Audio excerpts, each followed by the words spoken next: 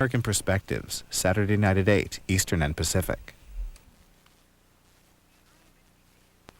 Now Defense Secretary William Cohen and Chairman of the Joint Chiefs of Staff, General John Shalikashvili. Yesterday at the Pentagon, they discussed the decision not to promote the commander of a U.S. airbase in Saudi Arabia for failing to protect his troops against a terrorist strike which killed 19 people. They also talked about the nomination of General Michael Ryan to serve as Air Force Chief of Staff. The news conference is about 35 minutes. I'd like to introduce Secretary Cohen and the Chairman, General John Shalikashvili. They both have opening statements, and then we'll take your questions. Good afternoon. The bombing of Khobar Towers housing complex in Saudi Arabia last year highlighted the threat of terrorism that our military faces around the world and the requirement for effective force protection. And that attack killed 19 airmen and wounded hundreds more. Afterwards, Secretary Perry had asked retired General Wayne Downing to review the tragedy and to recommend ways to increase force protection. And as a result, we've made significant improvements in security. Secretary Perry also asked the Air Force to examine issues of personal accountability for force protection at Khobar Tower. Personal accountability is not simply a question of assigning blame. It involves understanding the obligations of leadership, defining command responsibility, and clarifying the high standards of performance that we expect from commanders who are entrusted with the safety of our troops. The Air Force prepared 2 reports on personal accountability. The first concluded that there was no basis for prosecuting anyone for dereliction of duty under the Uniform Code of Military Justice. I accept that conclusion. The second report, which examined some issues not resolved by the first study, concluded that no action should be taken against any officer. I disagree with that conclusion. I found that Brigadier General Schwalier, the wing commander at the time, did not adequately assess the implications of a possible attack on the perimeter of the Khobar complex. As a result, he did not develop an effective plan for responding to a perimeter attack. And based on this finding, I have concluded that it would not be appropriate to promote Brigadier General Schwalier to the rank of Major General. I asked the Chairman and the Vice Chairman of the Joint Chiefs of Staff to review the Air Force reports, and they both recommended to me that it would not be appropriate to promote Brigadier General Schwalier to the rank of Major General, and I accepted their recommendation. I discussed this matter with President Clinton this morning, and the President accepted my recommendation that Brigadier General Schwalier's name be withdrawn from the promotion list. Brigadier General Schwalier recognized that a car or truck bomb parked on the edge of the Khobar complex posed a serious threat to his personnel. But he did not take adequate account of the implications of this terrorist threat or develop an effective response plan. And as my report explains, there were several security deficiencies, but 2 of them stood out. First, the Khobar Towers had no effective alarm system to warn of an impending terrorist attack. The evacuation plans for residents in Khobar Tower were inadequate. And second, the command had not developed and tested and trained personnel to use these evacuation plans. All military successes and failures ultimately reflect the effectiveness of the chain of command, which shares responsibility for personnel safety. But as Brigadier General Schwalier acknowledged, force protection is first and foremost the responsibility of the commander on the scene. His chain of command kept him apprised of the threat that he faced and offered support on force protection. He never referred any protection problems up the chain of his command, and therefore I've concluded that no adverse action should be taken against officers in Brigadier General Schwalier's chain of command. Commanders, particularly senior officers, they make complex decisions every single day, and leadership involves assessing risks and balancing competing requirements. I know that perfection is impossible, and I also know that a zero-defect attitude can make commanders very cautious and timid, jeopardizing success in battle. Service in our armed forces is inherently dangerous, and there's no way to avoid all risk. But we do expect high standards of performance for the commanders in the field. A general officer in particular must demonstrate awareness, resourcefulness, and judgment. Brigadier General Schwalier is a fine officer who has served his country well during a long career. His primary mission over the skies of southern Iraq, Operation Southern Watch, was well led and well executed. But force protection, an implied task for all commanders, did not get his specific attention with regard to developing adequate defensive measures against a perimeter attack, And it was for this reason that I reached the conclusion detailed in the report that I delivered this morning to President Clinton.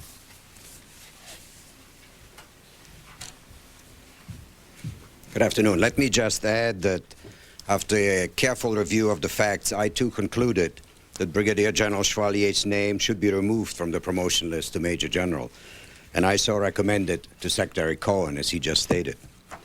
Some might say that we must support our operational commanders and not second-guess the decisions they make in the field. This is certainly true, but only up to a point. For it is also true that commanders are responsible for the actions and decisions they make, and, where appropriate, they should be held accountable for actions and decisions that fall short of what we can reasonably expect of them. This is not something new or recently fashionable. Indeed, it is the cornerstone of our profession. But, and I want to be very clear on this point, accountability does not mean zero defects. We are human, and we expect there will be some mistakes made at all levels, from senior leaders to the most junior troops. All of us in the military profession know and expect our actions to be judged against the standard of what is reasonable to expect of a person of a given rank and experience. And it is reasonable to expect a senior commander, a general officer, when he's responsible for the safety and security of the young men and women under his command, operating daily under the known threat of terrorist attack, to have a workable evacuation plan. It is reasonable to expect such a senior commander to ensure that there's an effective and dependable means of alerting his people to imminent danger. And certainly it is reasonable to expect a senior commander to make certain that the safety and security procedures at his command are frequently exercised and evaluated to determine their effectiveness. Now, we must avoid the temptation to circle the wagons around one of our senior officers. The appropriate response is to do what we have always done, to assess performance and potential against the standards we expect of a general officer. Promotion, after all, is an affirmation of the President's and the Secretary's continued full confidence in that individual to assume greater responsibility. Therefore, based on my review of the facts in this case, it was my recommendation that Brigadier General Schwalier should not be promoted to Major General. Thank you very much. Before we answer your question, I'd like to make one other statement. When I met with President Clinton this morning, I recommended that he nominate General Michael Ryan to serve as the Chief of Staff of the Air Force. The President accepted my recommendation, has just announced his intention to nominate General Ryan. General Ryan is currently the commander of both the U.S. Air Forces in Europe and the Allied Air Forces Central Europe. And I selected him for three reasons. Number one, he has combat experience and he understands the risks and the pressures of warfare. He flew over 100 missions in Vietnam. Secondly, he served with distinction on the Joint Staff, including a stint as assistant to the current chairman, General Shalikashvili. And third, he has operational experience as an Allied commander in Europe.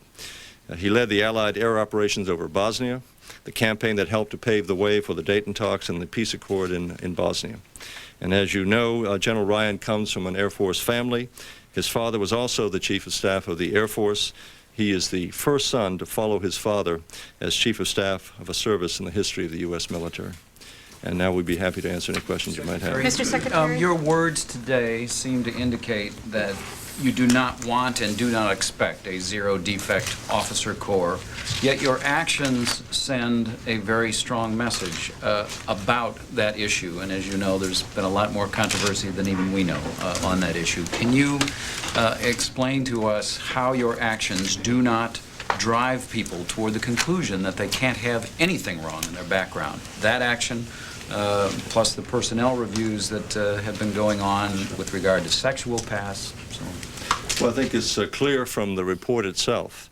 If you look at the analysis that I made of all the reports, I tried to be as fair and balanced as possible, looking not simply with hindsight, but looking with some foresight.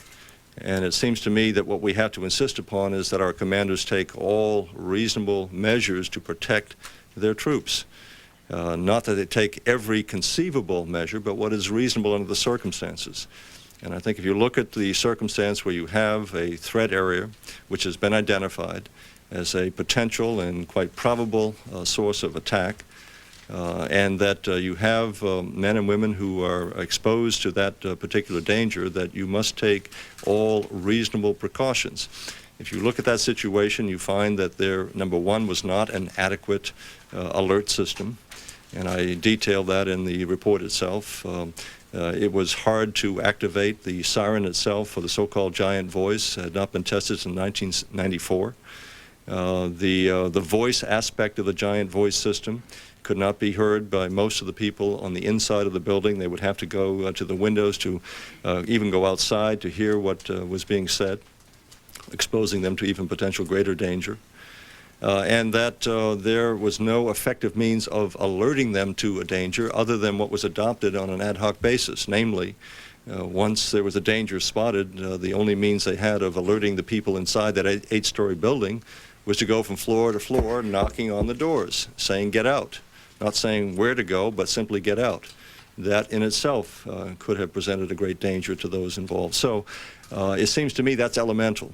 If you're in a high threat area, one of the elemental things that you must look for is, number one, a means of alerting your troops to the danger, and a means of having trained and tested the system of evacuation to make sure that you know exactly what you're to do under those circumstances where the danger becomes a reality. I think that's not zero defect, that's a test of reasonableness. Secretary, much has been made of the rivalry among the services, that there was a different approach towards force protection in the Air Force versus, say, General Downing or his approach in the Army. Can you address that at all? Did you find that to be the case? And is there necessary to have a judgment stick for all the services in terms of force protection that must or was lacking? I think we have to have the same standard for all services. We are, of course, committed to joint operations. We are moving more and more to a sense of jointness as a result of the Goldwater-Nichols legislation passed some 10 years ago. It seems to me that we do not have one standard for the Army and one for the Air Force. We have, or Navy, we have one standard for all, Marines, everyone included. If there has been in the past a separate standard or separate approach to force protection, that has to come to an end. I think that General Shalikashvili may be in a better position to make a judgment in terms of whether or not we now have a single standard or whether one service is better prepared to conduct force protection. My own assessment is that we need to have one standard, and everybody has to understand what force protection means and be trained appropriately and be held accountable under those circumstances. That was the question. Did General Schwalier have a standard by which to judge? May I first take on the first part of the question? This is an issue that has, in fact, been brought up by some people after Khobar Tower. I have had a number of discussions with all of our chiefs and other senior leaders, and I don't know of any senior leader from any service who would accept that they should have a different or lower standard from the rest.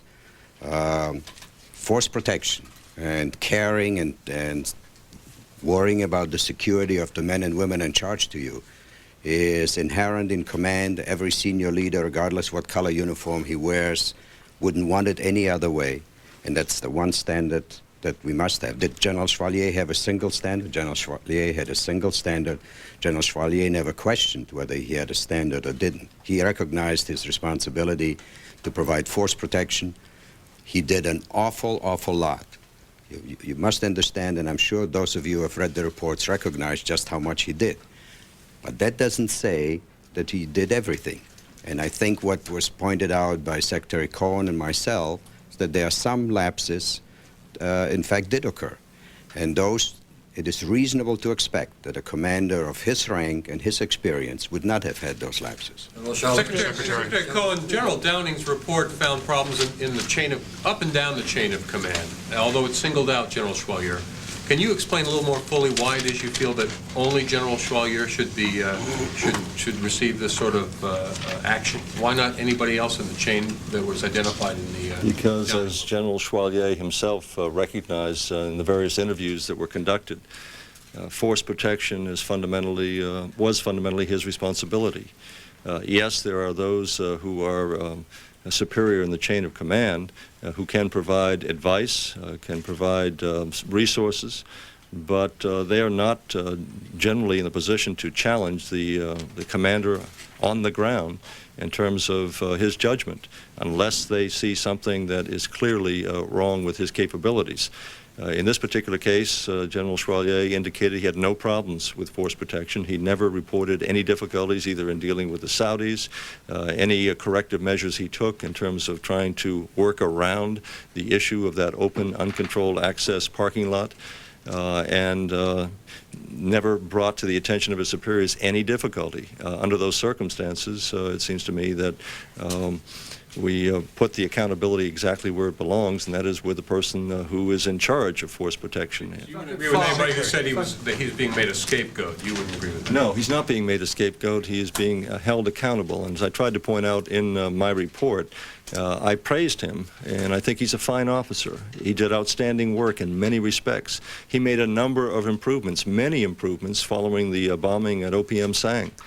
That is the first wake-up call that occurred in Saudi Arabia. There was a presumption that terrorists could not or would not operate on Saudi territory, that the kind of protection that the Saudis had provided would insulate our men and women from any kind of a terrorist attack. OPM Sang, that occurred almost a year before, was a wake-up call.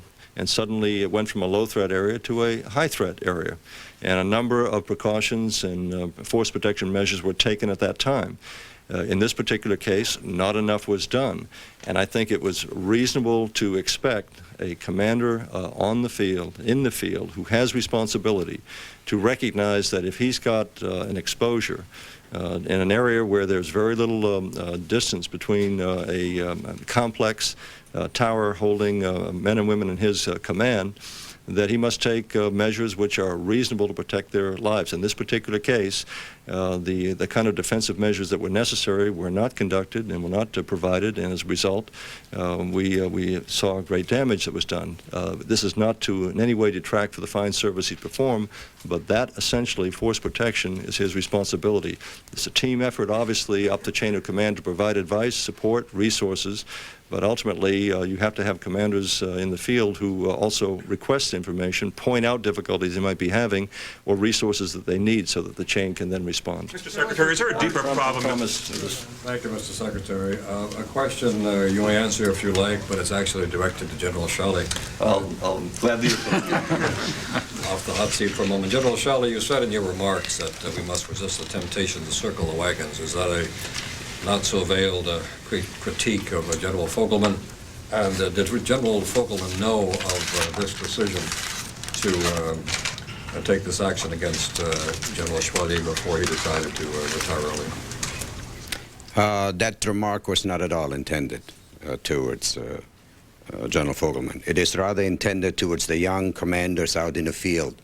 They must understand that we would do our profession no good if we got into the habit of circling the wagons around senior commanders to protect them because they're senior commanders. What we must do is use our best judgment and reasonable standards and hold commanders responsible and accountable against those standards. We owe nothing less to those young men and women that we lead and that we often lead into danger. We must provide them commanders who are held to high standards, and then when something goes wrong, we must not be afraid to look at the facts and take appropriate action where things have not gone right.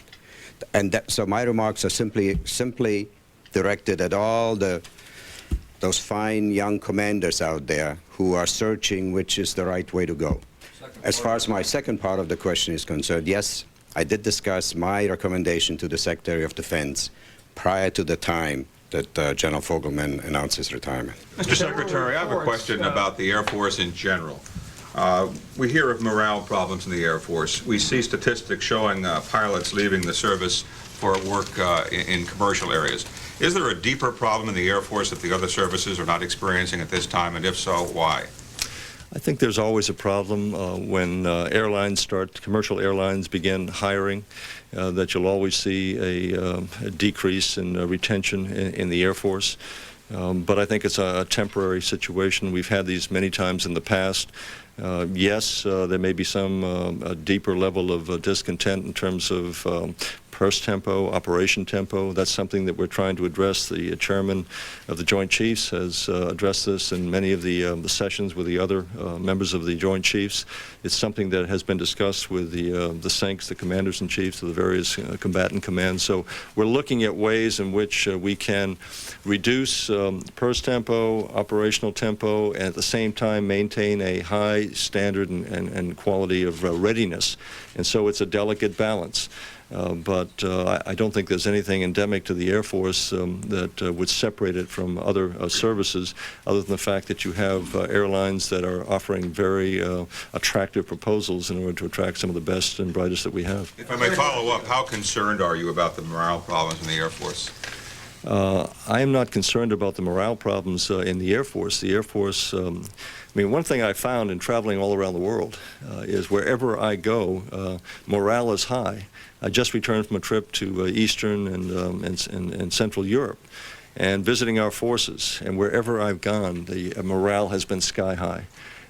People are committed to their work. They're professional. They're well trained. They're patriotic. They're dedicated.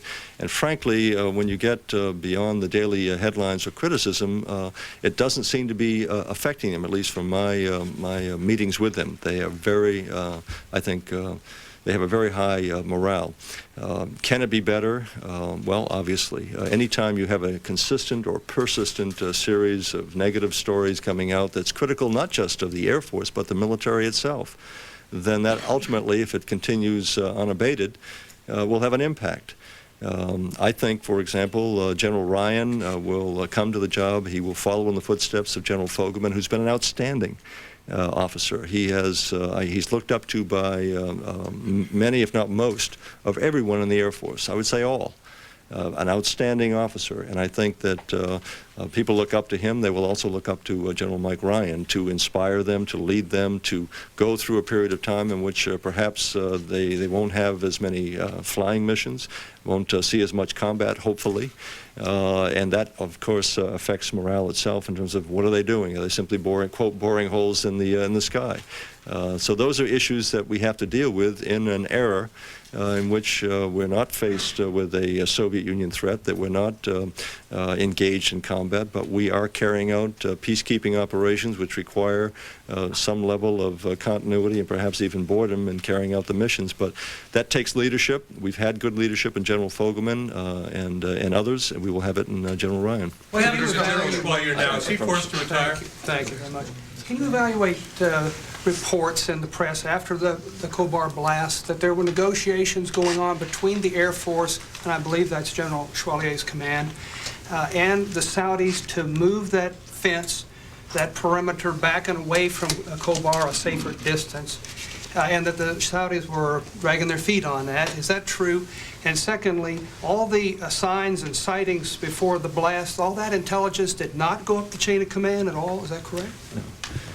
Two factors are involved here. Number one, the Saudis apparently expressed disagreement about moving the perimeter of the fence at the lower levels. It never was raised to the level of General Schwalier himself. Rather than taking that up with his counterpart, he decided to, in his own words, to work around it. And so he didn't raise the issue with his own counterpart in the Saudi military, which might have gotten a much higher profile and much greater attention, nor did he raise it as an issue with his own superiors in the chain of command in the military. So it didn't reach that level. Subsequent to the blast, apparently the Saudis were in fact willing to move the perimeter of the fence and did so. But prior to that time, it had not been moved, and it had not been raised to a very high level of concern. And the decision was made to perhaps compensate for the lack of perimeter distance by having greater Saudi patrols, the number of which I don't think have ever been identified, and to put sentries on top of the rooftop of the complex with sniper rifles. And the warnings did not go up the chain. The warnings that were received, in fact, I think General Schwalier was quite aware of. There were a number of activities, some of which were ambiguous. Not all of them could be interpreted as being potential terrorist threats. Some were ambiguous. There were others, however, where one truck, by way of example, tried to move one of the Jersey barriers. As a result of being apprised of that, the barriers were doubled and they were spiked down. So a number of them did, in fact, come to the level of General Schwalier. What happens to General Schwalier now? Is he forced to retire effectively? The answer is no. That's a choice that he will make or can make. Secretary Cohen. Two questions. Did you discuss this issue with General Fogelman, and did you endeavor to dissuade him from resigning?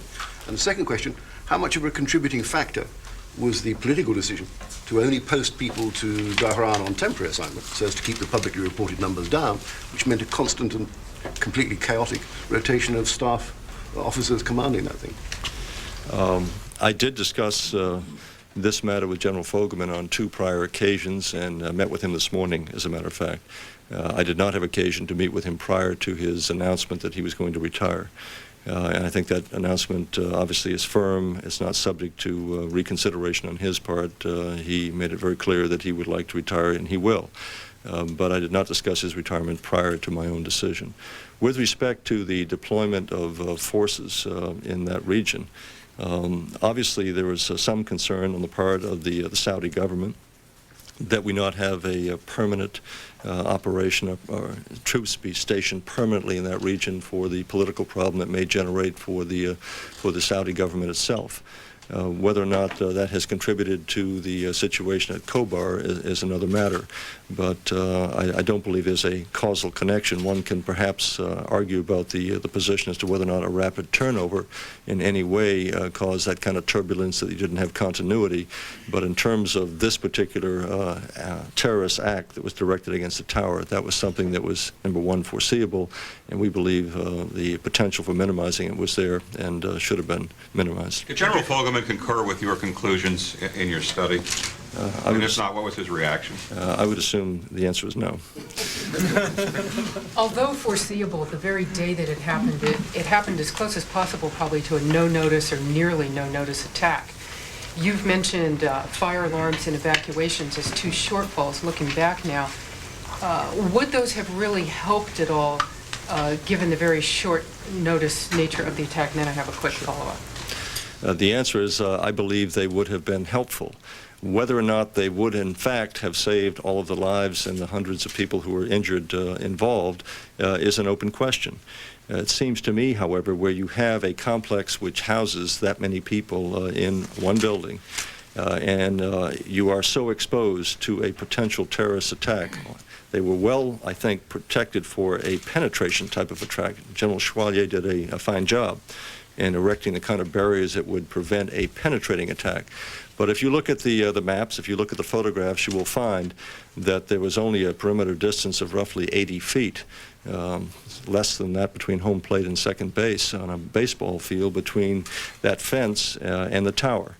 Under those circumstances, at a very minimum, one would say you should have in place an alarm system which would alert people to the danger, that would hopefully allow for an expeditious evacuation of the people inside, and to know where they're going, which is the second part of this, which is very important. Now, there were a number of evacuations in that complex prior to this bomb. They took place because of false alerts, packages that were discovered, but they were never timed. In fact, there was an assumption on the part of the leadership that it would take no more than 5 minutes to evacuate 8 floors, 8 stories. The investigators found, however, that it was much closer to 10 to 15 minutes. And so now you have a situation which an alert system for a siren would have to go from the sentries on top who spotted the truck to call to the Central Security Center, for them to then call the operational center, and then for the operational center to contact the commander, and then the commander could give the okay to sound the siren. They were still in the process of trying to sound the siren when the bomb went off, some 4 minutes. Now, in a 4-minute period of time, would it be possible to evacuate the 8 floors? Possibly. And I think that there's a good possibility of that having been done if there was practice, if they had been trained, and if they knew where to go. I mean, this is the other aspect to it. It's one thing to say that you're training for a Scud attack with a Scud coming in, you stay inside. If it's a perimeter attack and you're likely to have an explosion on the outside, you would not evacuate and stand outside. Those instructions were not clear. They were not understood. Very few, if any, of the people in the building understood that to be the case.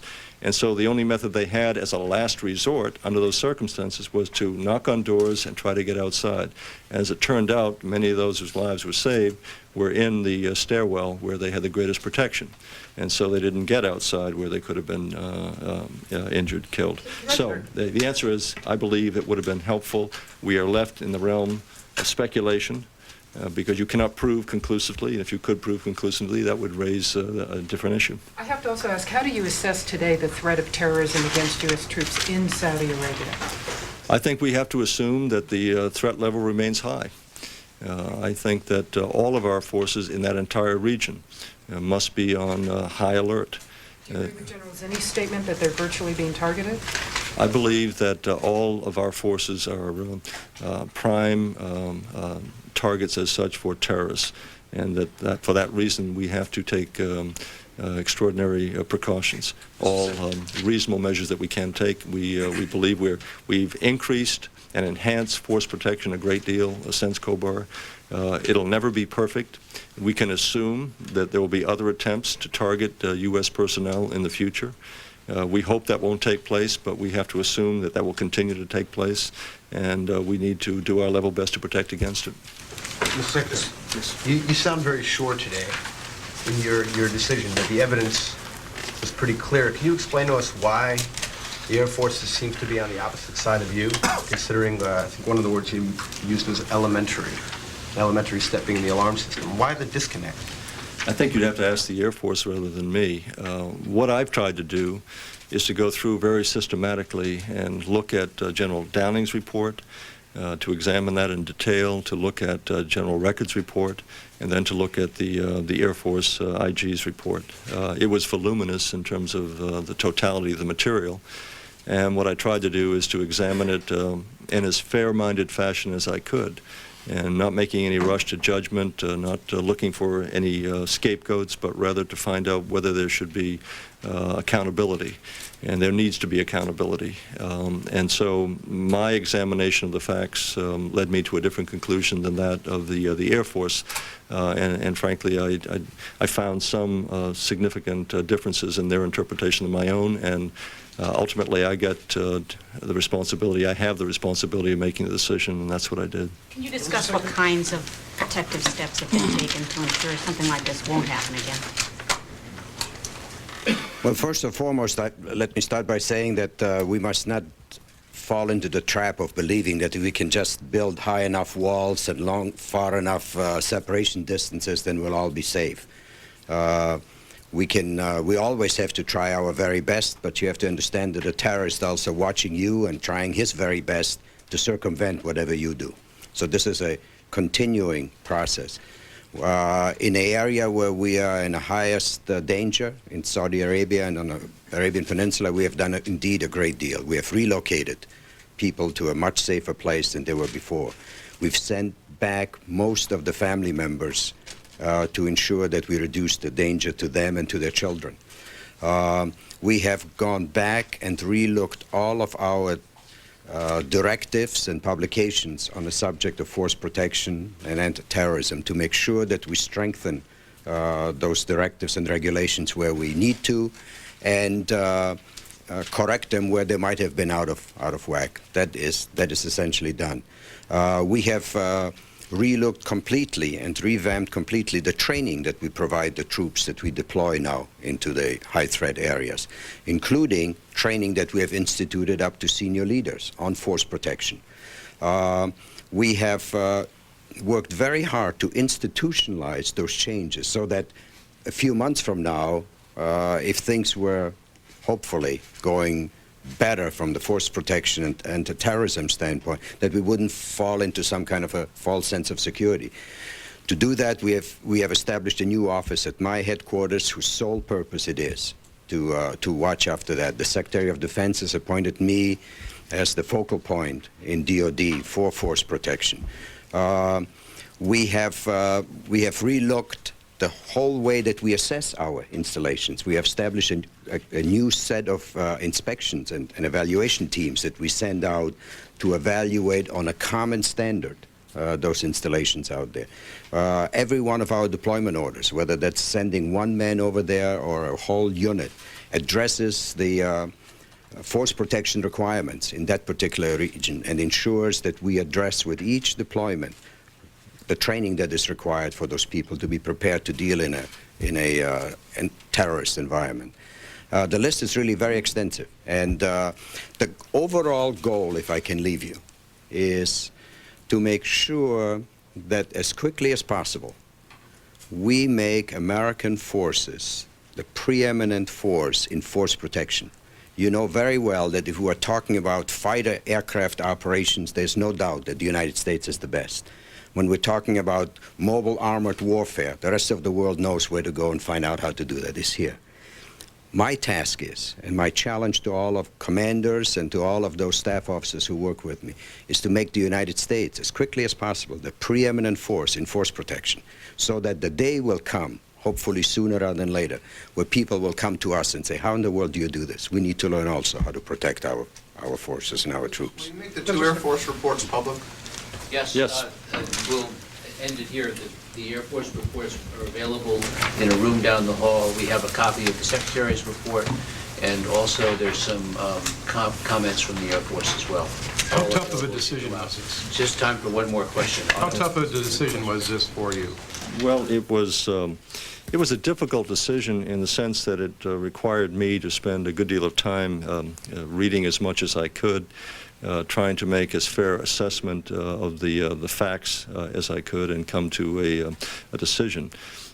Obviously, the first 4 or 5 months were taken up dealing with that favorite subject of mine, the QDR, which I will not mention anymore today, but also then dealing with other issues that tend to come up on a day-by-day basis, including all of the travel, and then trying to coordinate everything with the White House. Today was the first day, for example, that I was able to meet with the President to go over the details of the report itself.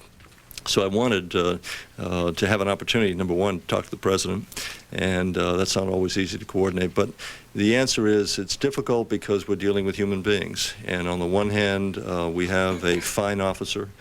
General Schwalier is a fine Air Force officer, and yet I have to make the judgment as to whether access accountability, which affects his career. So those are not easy decisions, but by the same token, we have families that need to also have an accounting and want to know whether or not measures could have been taken which possibly might have